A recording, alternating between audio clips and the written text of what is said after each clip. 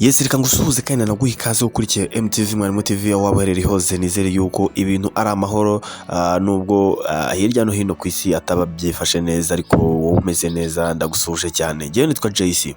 Hanyuma twakomeje kugenda tubona amakuru acaracara ku mbuga nkoranyambaga n'ahandi hose, amakuru avugwa yuko uyu mugabo muri kubona nyine Dr Paul Apotre Gitwaza, abatavuga rumwe nawe cyangwa se abo bashinganye itorero Intambara baba bari kumweguza ku buyobozi.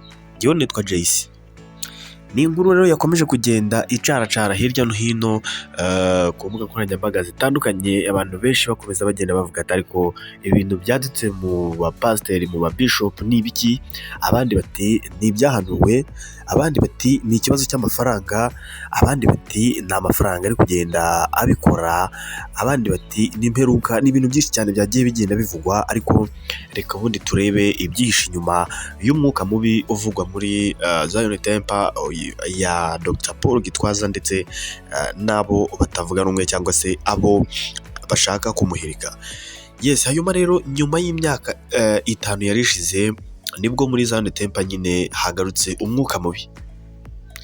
Ni igihe ni ku itariki 19 z'ukwezi kwa kabiri umwaka wa 2022 nyine nibwo hamenyekanye yuko mu itangazamakuru hari abapasiteri batangaje ko bavanye Apotre Dr Paul Gitwaza ku buyobozi bwa Intambara.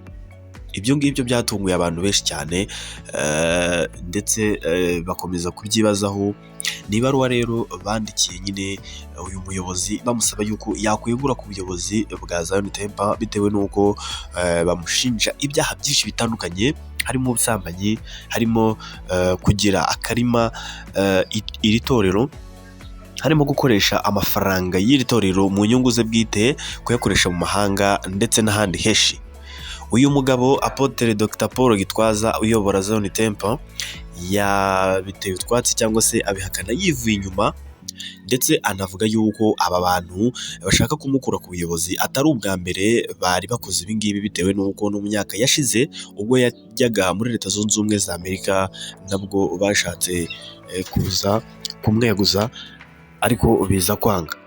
Uyu mugabo Apotre Dr Paul Gitwaza uyobora Intambara Authentic Word, uyu nguyu rwose akaba uyu munsi atameze neza nyine, bitewe n'aba bantu bakomeje kumwoka cyangwa se kumwotsa igitutu y'uko bamweguza ku buyobozi.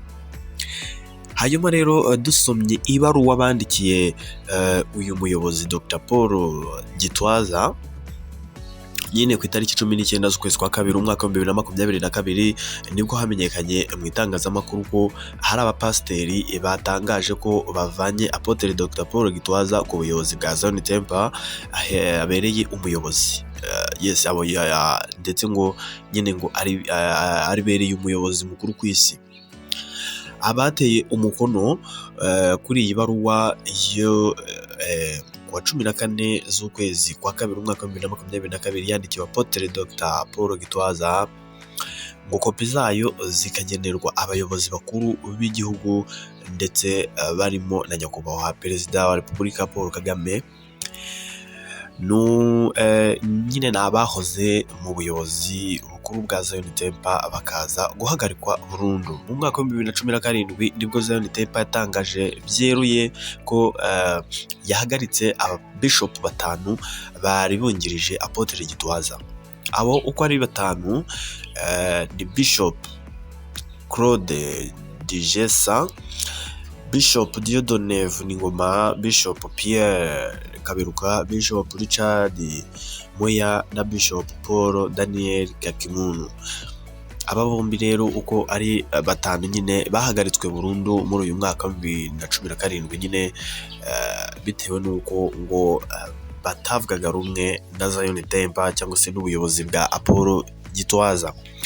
Hanyuma rero Authentic Word Minister cyangwa se Intambara Celebration Center ikaba iyobowe na Paul Gitwaza nyine, nibwo ngo uyu mugabo yaje kubitera utwatsi ndetse na RGB iza kubyemeza gutyo yuko aba bantu bashaka guteza umwuka mubi mu itorero. nitwa JC uri kuri MTV Mwarimu TV, narindi kukwereka update ziri kugenda zivugwa hirya no hino. Ndaje mu kanya kubwire n'ibindi, kwibutsa yuko ukanda subscribe, like, comment ari by'ingenzi, kandi no gukanda share ari neza cyane. Hanyuma rero dukomeze turebe izindi video hano kuri MTV. Njyewe nitwa JC.